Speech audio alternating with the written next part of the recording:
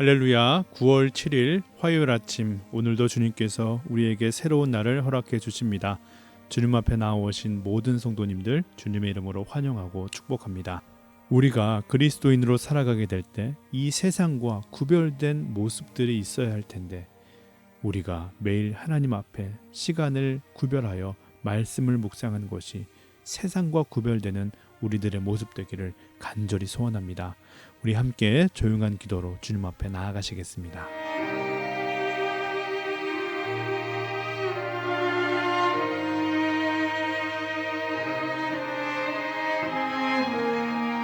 아멘. 오늘 우리에게 주시는 하나님의 말씀 사사기 15장 14절에서 20절 함께 보시겠습니다. 삼손이 레히의 이름에 블레셋 사람들이 그에게로 마주 나가며 소리 지를 때 여호와의 영이 삼손에게 갑자기 임하시매 그의 팔 위에 밧줄이 불탄 삼과 같이 그의 결박되었던 손에서 떨어진지라. 삼손이 나귀의 새 턱뼈를 보고 손을 내밀어 집어들고 그곳으로 1000명을 죽이고 이르되 나귀의 턱뼈로 한 더미 두 더미를 쌓았으며 나귀의 턱뼈로 내가 1000명을 죽였도다 하니라. 그가 말을 마치고 턱뼈를 자기 손에서 내던지고 그곳을 라맛 레히라 이름하였더라. 삼손이 심히 목이 말라 여호와께 부르짖어 이르되 주께서 종의 손을 통하여 이 큰 구원을 베푸셨사오나 내가 이제 목말라 죽어서 할례받지 못한 자들의 손에 떨어지겠나이다 하니 하나님이 레히에서 한 우묵한 곳을 터뜨리시니 거기서 물이 솟아 나오는지라. 삼손이 그것을 마시고 정신이 회복되어 소생하니 그러므로 그 샘 이름을 에낙고레라 불렀으며 그 샘이 오늘까지 레히에 있더라. 블레셋 사람의 때에 삼손이 이스라엘의 사사로 20년 동안 지냈더라. 아멘. 이 말씀은 살아계신 하나님의 말씀입니다. 유다 사람들에게 결박되어서 바벨론에 넘겨진 삼손은 레히라는 곳에 이르렀습니다. 블레셋 사람들이 그 원수 삼손이 왔다라는 소식을 듣고 큰 소리를 지르며 그에게 마주 나오게 됩니다. 그때 하나님의 영이 삼손에게 임하는데 삼손이 결박된 밧줄을 끊어버리고 그리고 가까이 있던 나귀의 턱뼈를 주워들고 바벨론 군대를 쳐 죽이기 시작합니다. 무장한 군인들을 무려 1000명을 죽였다 이렇게 기록합니다. 그리고 그곳을 라맛 레히라고 불렀는데 그 뜻은 턱뼈의 언덕이라는 뜻입니다. 삼손은 이 전투 후에 심한 갈증을 느끼게 됩니다. 이 갈증은 그가 기진맥진하여서 완전히 지쳤다, 다 고갈되었다라는 것을 의미합니다. 그는 그때야 비로소 하나님께 진심으로 부르짖게 됩니다. 18절을 보면 삼손이 심히 목이 말라 여호와께 부르짖어 이르되 주께서 종의 손을 통하여 이 큰 구원을 베푸셨사오나 내가 이제 목말라 죽어서 할례 받지 못한 자들의 손에 떨어지겠나 하니 하나님은 이 기도를 들으셨습니다. 그리고 그 근처에 우물을 솟아나게 하여서 삼손의 갈증을 해갈시킵니다. 삼손은 이곳을 에낙고레라고 불렀는데 이 뜻은 부르짖는 자의 샘이라는 뜻입니다. 이러한 일련의 삼손의 이야기들을 정리해 보면 블레셋 여인을 삼손이 사랑하게 되었고 그 여인과 결혼하기 위해 딥나로 내려갔습니다. 그곳에서 블레셋 사람들과 수수께끼를 하는 과정에서 그는 분노하게 되었고 결국 여우를 사용하여 블레셋 사람들의 밭을 불사르고 그는 유다 땅에 숨은 것입니다.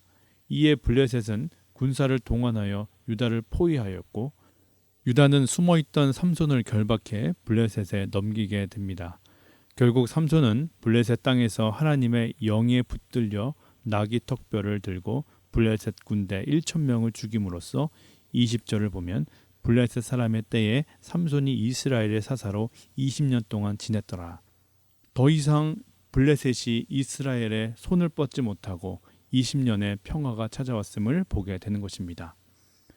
오늘 본문을 통해서 우리에게 주시는 주님의 마음은 무엇입니까? 하나님의 영이 삼손에게 임하여 1000명의 군사를 죽인 기록들을 묵상하면서 하나님은 사사라는 사명만 주시는 것이 아니라 하나님의 영으로 그 일을 감당할 능력까지 주시는구나, 이러한 은혜를 생각해 볼 수 있습니다. 또한 부르짖는 삼손의 기도를 들으시고 응답하셨던 하나님의 사랑의 마음도 생각해 볼 수 있습니다. 저는 그 중에서도 삼손의 부르짖음을 들으시고 부르짖는 자의 샘 에낙고레를 허락하신 그 은혜를 묵상해 보게 되었습니다. 무엇보다도 이 은혜는 응답의 은혜입니다. 18절과 19절을 보면 삼손이 심히 목이 말라 여호와께 부르짖어 이르되 주께서 종의 손을 통하여 이 큰 구원을 베푸셨사오나 내가 이제 목말라 죽어서 할례 받지 못한 자들의 손에 떨어지겠나이다 하니 하나님이 레이에서 한 우묵한 곳을 터뜨리시니 거기서 물이 솟아 나오는지라. 삼손이 그것을 마시고 정신이 회복되어 소생하니 삼손이 목이 말라 고통 중에 하나님께 기도하였더니 하나님께서 삼손의 기도를 들으시고 바로 샘을 터지게 하셔서 삼손의 갈증을 해소시켜 주셨다라는 것입니다. 그러나 이 갈증이 단지 육신의 갈증만의 해소가 아니라 그의 지치고 상한 그의 영혼, 그 영혼을 하나님께서 회복시켜 주셨음을 의미하는 것입니다. 따라서 이 에낙고레의 은혜는 1차적으로는 응답의 상징이라고 할 수 있습니다. 성경을 보면 많은 곳에서 하나님의 약속에 대한 응답이 기록되고 있는 것을 보게 됩니다. 대표적으로 예레미야 33장 3절 너는 내게 부르짖으라 내가 내게 응답하겠고 주님은 약속하고 계십니다. 그러나 주님은 모든 간구에 응답하시는 것은 아닙니다. 하나님께 5만 번의 기도 응답을 받았던 조지 밀러 목사님은 기도의 5가지 원리를 이렇게 말합니다. 첫 번째, 절대 의심하지 말라. 두 번째, 내 이름이 아닌 예수님의 이름으로 기도하라. 세 번째, 하나님은 내 기도를 기꺼이 들어주실 거라는 확신 가운데 기도하라. 네 번째, 죄가 될 수 있는 것은 생각하지도 않는다. 다섯 번째, 응답될 때까지 계속 기도하라. 우리들의 기도는 어떻습니까? 주님께 응답받을 만한 기도를 하고 있습니까? 오늘 삼손의 기도는 그가 기진맥진하여 아무런 힘이 없을 때, 정말 주님 아니면 붙들 이름이 없을 때 간절히 부르짖었던 기도였습니다. 하나님은 그의 중심을 보셨습니다. 그 진심을 보셨습니다. 그리고 에낙고레의 은혜를 베풀어 주셨습니다.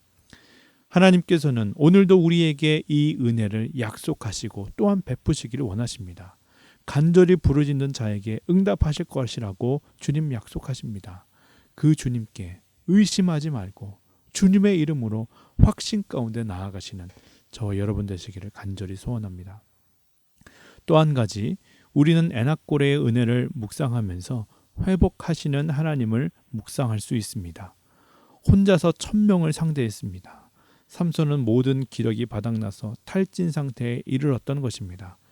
배터리로 치면 이제 1% 남아서 깜빡깜빡하는 것입니다. 비슷한 이야기가 열왕기상 19장에도 나옵니다. 엘리야 선지자가 혼자 바알 선지자 450명과 아세라 선지자 400명과 갈멜산에서 전투를 벌이는데 대승을 거두지요. 엘리야는 혼자서 850명을 상대해서 지칠 대로 지쳐 있었습니다. 그런데 악한 왕비 이세벨이 이 이야기를 듣고 엘리야를 죽이겠다고 그를 잡으라고 지시합니다. 그래서 엘리야는 그 지친 몸을 이끌고 혼배백산 도망치는데 이제 더 이상 나아갈 길 없는 광야까지 이르렀습니다. 그는 완전히 쓰러지기 일보 직전이었습니다. 그때 하나님께서 그에게 한 그루의 로뎀나무 그늘을 보게 하십니다. 그리고 그를 거기에 누이시고 천사를 통해 숯불에 구운 떡과 한 병의 물을 먹게 하셨습니다. 엘리야 선지자는 그곳에서 몸과 영혼의 회복을 경험하게 된 것입니다. 오늘 삼손도 마찬가지입니다. 그는 완전히 방전된 상태였지만 하나님은 에낙고레의 샘물로 그의 몸과 영혼을 회복시키신 것입니다. 우리가 믿는 주님은 그러한 분이십니다. 요한복음 14장 18절 내가 너희를 고아와 같이 버려두지 아니하고 너희에게로 오리라. 이 말씀은 지치고 상한 마음을 가지고 살아가는, 그래서 탈진하고 쓰러질 듯 살아가는 저와 여러분들에게 오늘 위로하시며 말씀하시는 하나님의 음성인 줄 믿으시길 바랍니다.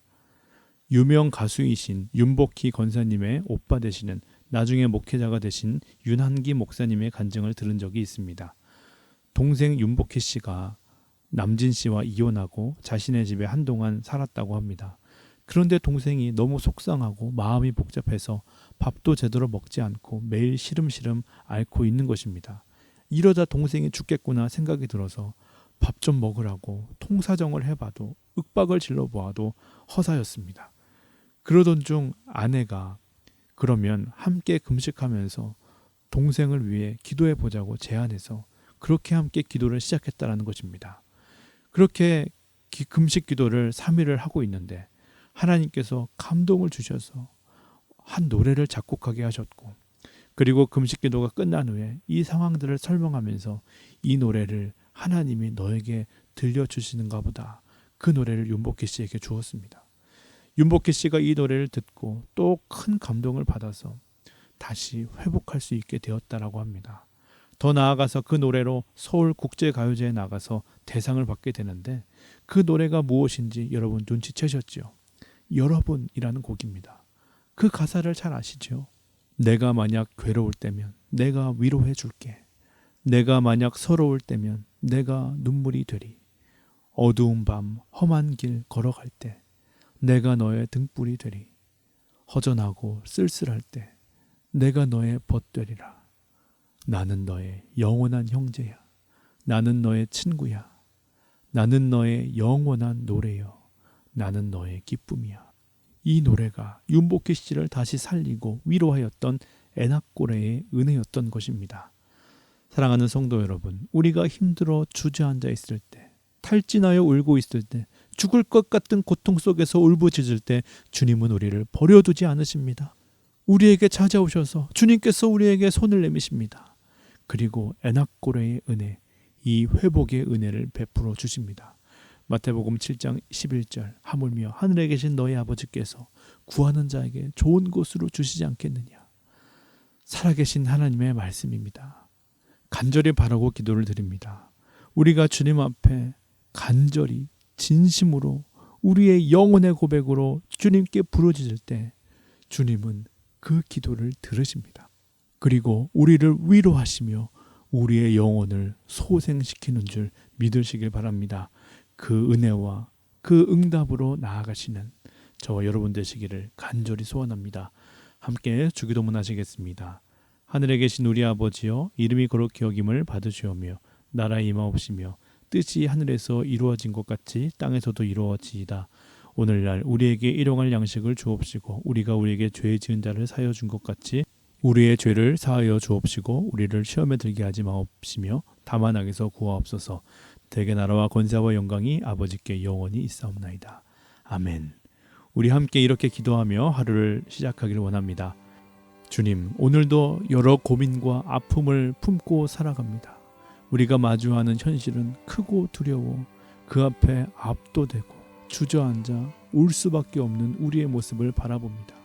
어디로 나아가야 할지 그 길이 보이지 않습니다.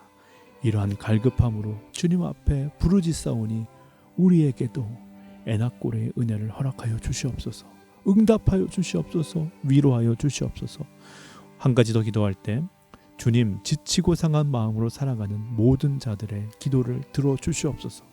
그들에게 로뎀나무의 은혜를 베풀어 주시옵소서. 내가 만약 괴로울 때 내가 위로해 줄게.